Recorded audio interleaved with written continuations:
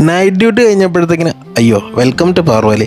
Night duty കഴിഞ്ഞപ്പോഴത്തേക്കിന് ഭയങ്കര വിശപ്പ്. 7 മണിയായി. ഫുഡ് കഴിക്കാനായിട്ട് ഭയങ്കര മൂഡ്. ഈ കാണുന്ന ബൈക്കെല്ലാം ആ കാണുന്ന കൊച്ചു ഹോട്ടലിലേക്കുള്ളതാണെന്ന് പറഞ്ഞാൽ ആരെങ്കിലുമൊക്കെ വിശ്വസിക്കുമോ? എന്നാൽ വിശ്വസിച്ചേ പറ്റത്തുള്ളൂ.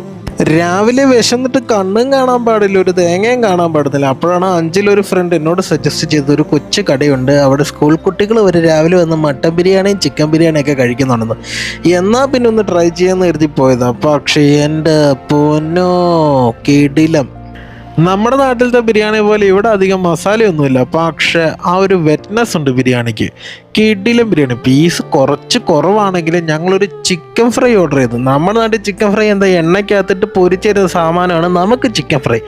എന്നാൽ ഈ കറി പോലിരിക്കുന്ന ഐറ്റമാണ് ഇവരുടെ ചിക്കൻ ഫ്രൈ.